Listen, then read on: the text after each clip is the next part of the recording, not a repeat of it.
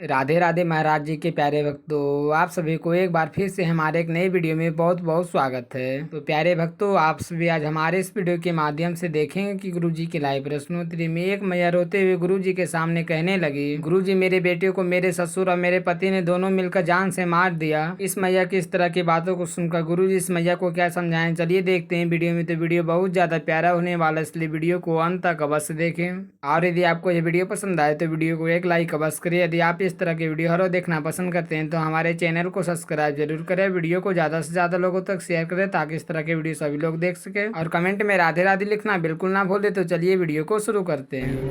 राधे राधे पंडित जी। हम सच बोलते, सच की सजा बहुत पाते हैं, बोलो। इसलिए से हम सच नहीं बोल सकते हैं। आप सच बोलते हैं? हाँ, पर सच नहीं बोल सकते। अब नहीं बोलती हूँ। क्यों? हाँ, ये भी है कि हम झूठ भी नहीं बोलती हूँ। तो आपने सच बोलना क्यों छोड़ दिया? जब जब हमने सच के सामने बोली, सच बोली, कोई हमारा भरोसा नहीं किया। भरोसा कोई ना करे, किसी को भरोसा दिलाना क्यों? केवल भगवान को भरोसा होना चाहिए ना हम पर और आप पर। हम दुनिया के दिलों को क्यों जीतना चाहते हैं? हम ईश्वर का दिल को भी जीतना चाहते हैं। जिस चीज के लिए सच सामने बोलती थी, ये सच लोग आपको झूठ समझते। अच्छा, एक बात बताओ, इस दुनिया में ऐसा कौन है जो आपको बिना स्वार्थ के प्रेम करता है? नाम बताओ। इस पूरी दुनिया हमारे बच्चे करते थे, हमारे पे पूरा भरोसा करते थे हमारे बच्चे। कौन? हमारा बेटा बेटी। आपका बेटा आपको निस्वार्थ प्यार करता है? हाँ, करता था। आज ही यहाँ पर एक वृद्ध माँ आई रहने को, उनके 2 बेटे और 1 बेटी है। माँ से मैंने पूछा कि मैया यहाँ क्यों आई हो, बेटी ने क्यों नहीं सेवा की? तो बेटी ने माँ से कहा कि तुमने हमारे लिए क्या किया, तुमने हमें क्या दिया? मैया आपके पास, चलो बच्चे छोटे हैं, ठीक है, आपकी जिम्मेदारी है। हमारे बच्चे बड़े हो गए, खत्म हो गए, 2 बच्चे हमारे खत्म हो गए। कितने बड़े बेटे? एक अभी बोले है ना, वो हमारा बेटा। आपके कितने बेटे अभी हैं? एक ही है। एक है ना, तो जो है वो पर्याप्त है, जो गए उसे छोड़ दीजिए। जब भी वो लोग के लिए हम सच बोलते थे। भैया सच बोलो, सच। अब क्या झूठ बोल के क्या बेटे को अमर कर लोगी? झूठ कभी नहीं बोलेंगे। फिर इसलिए नहीं बोल सकते हैं। राजा हरिश्चंद्र सच बोले और बाजार में बिके। जो सच पर है उसे थोड़ा संकट आता है। हमको ये लगता है कि हम सच बोल के ही गलती किए। तो क्या सच बोला आपने? हर चीज ही बोले। तो झूठ बोल के क्या आपके बच्चे जब हमारा बेटा हमारे भरोसे था तो हमने अपने ससुर के सामने हाथ जोड़ के खड़ी हो गई कि ये लोग हमको अपने एक आत्मा मान के चलते हैं, हमको अलग मत करिए। आप लोग खींच खींच के हमको गाँव ले जाकर छोड़ दिए। कौन? मेरे हस्बैंड, मेरा ससुर जी ने। तो आपको गांव भेज दिया? भेज दिया। 4 महीना तक हम गाँव में थे, अपने बच्चे से बाप के सिवा देखे नहीं थे। तो बच्चा उस समय कहाँ था? आपसे दूर था? हमसे दूर था। कहाँ था? बम्बई में था। तो आपको बम्बई में क्यों नहीं रखा, गांव क्यों भेज दिया? एक घर चक्कर बनवाने के चक्कर में, जो कि ऐसा कुछ अभी भी नहीं हुआ। तो एक चीज और बता रहे हैं, हमारा कभी कभी मन भी करता है कि हम अपने ससुर के लिए कुछ करें। उसका डेट हो गया है इसमें अप्रैल में, तो जो महीने में हम लोग भोजन कराते हैं ब्राह्मण को, हम नहीं कराती हूँ। मन तो होता है कराने के लिए। जब उनका सोचती अपने बेटे का तस्वीर सामने आता है तो नहीं कराती। तो आपके बेटे की मृत्यु कैसे हुई? अटैक आया था। अटैक आया था जी। तो कौन जिम्मेदार है उसका? सच बोलते हैं? हाँ। उसका जिम्मेदार हमारे ससुर थे। क्यों? हमारे हस्बैंड थे। जब उसको पहला बार अटैक आया, हमने सामने से फोन करके बोले अगर गलत भी होगा तो आप माफ करके उसको लग जाइए। उनको लगा हम झूठ बोल रहे हैं आने के लिए, जो ऐसा नहीं था। तो उसको जब अटैक आया तो उसको हॉस्पिटल नहीं ले गए? नहीं गए। क्यों? छोटा लड़का था, वो करवाता था, छुप छुप के दवा करवाता था।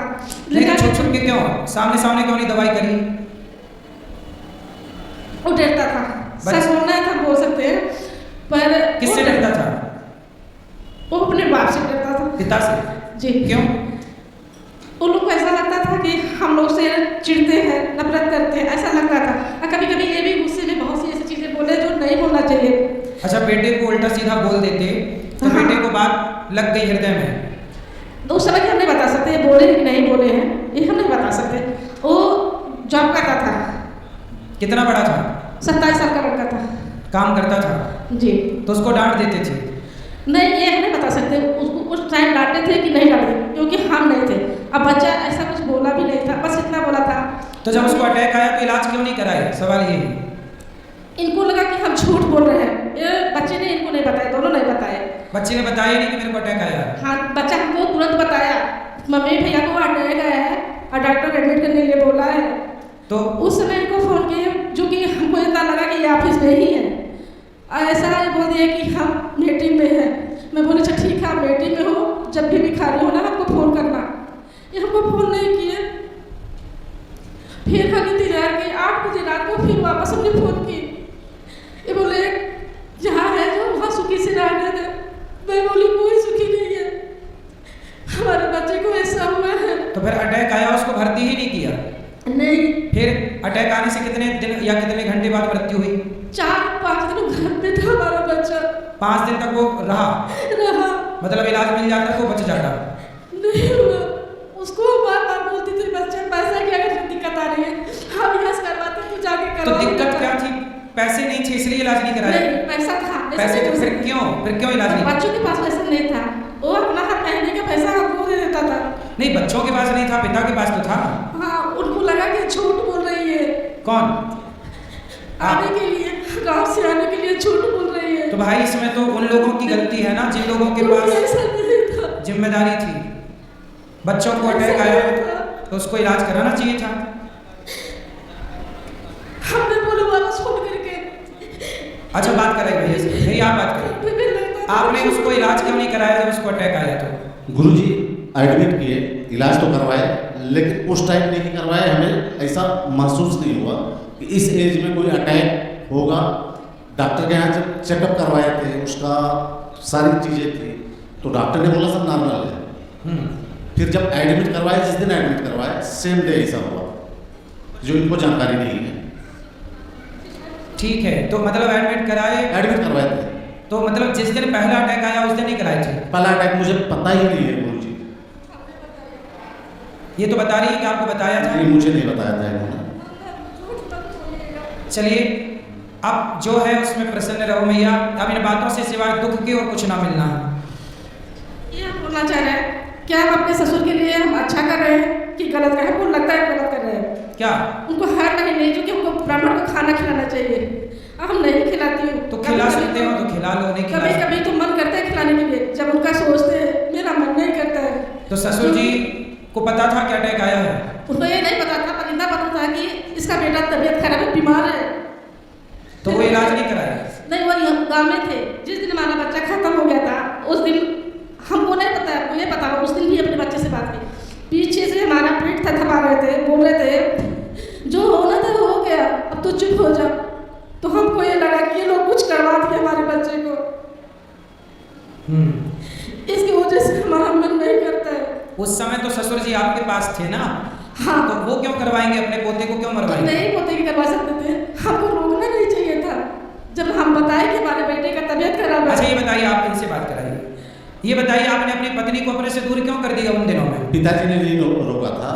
मेरे फादर ने नहीं रोका था इनको। नहीं, आपने अपने से क्यों दूर? बम्बई से आपने गाँव क्यों? मुझे 1 महीने में फिर वापस आना था। तो 1 महीने 15 दिन में मुझे वापस आना था वहाँ से। तो आप दोनों साथ में आते ना? दोनों साथ में इसलिए नहीं आए कि वापस आना ही है कुछ। तो इनको गाँव किस काम के लिए भेजा था? एक्चुअली प्रॉपर्टी विवाद चल रहा था। किसका? मेरा भाई के साथ? भाई के साथ। फिर तो ये क्या करती उसमें? ये वहाँ रह के घर बनवाना था, तो मैं बोला आप रुको, मैं वापस 15 दिन में आ जाऊँगा। बस यही बात थी। अभी पिताजी को दोषी ठहराते हैं, जबकि पिताजी नहीं किए थे। पिताजी का कुछ नहीं था, उन्होंने रुकने के लिए भी नहीं बोला था, पिताजी ने बोला था। चलिए, अब इनसे बात कराइए। देखिए, वो एक परिस्थिति निर्मित हुई, आपका गांव आना हुआ, उसी समय पुत्र को अटैक हुआ, तो आपके अंदर ये गलतफहमियां पैदा हो गई कि किसी ने मरवा दिया। ये बोल दिए ना कि हमारे पिताजी को कुछ भी नहीं मालूम था, हमें भी मान रहे हैं नहीं मालूम था। जब आप जिंदा हो, जिस प्रॉपर्टी के लिए सब लोग लड़ रहे हो, वो आपको साथ साथ साफ करना चाहिए था। नहीं देना था तो दे देते, नहीं देना था तो बोल देना चाहिए। तो ससुर जी ने बंटवारा ठीक से नहीं किया? कुछ किया ही नहीं। उसने बोला, ये हमारे देवरानी लोग हमको गाली हमारे बच्चों को देती थी बार बार, तेरा पुत मरे, तेरा पुत मरे, ऐसे गालियाँ देते थे। तो हमने बोले हम तुम लोग के साथ कहता हूँ सभी लोग मरने के पहले ठीक ठीक बंटवारा, ऐसा बंटवारा करो कि तुम्हारे जीते जी और तुम्हारे मरने के बाद तुम्हारे भाई, तुम्हारे बेटे आपस में लड़के ना मर जाएं। ओ मर गए, बंटवारा नहीं किए हैं।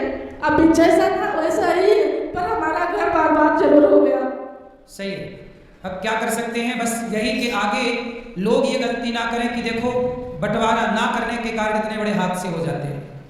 इसलिए समय में बंटवारा करना धर्म है, उचित बंटवारा करना धर्म है। भगवान से प्रार्थना करते हैं कि आपका दुख कम हो और आप सुखी रहें मैया। जो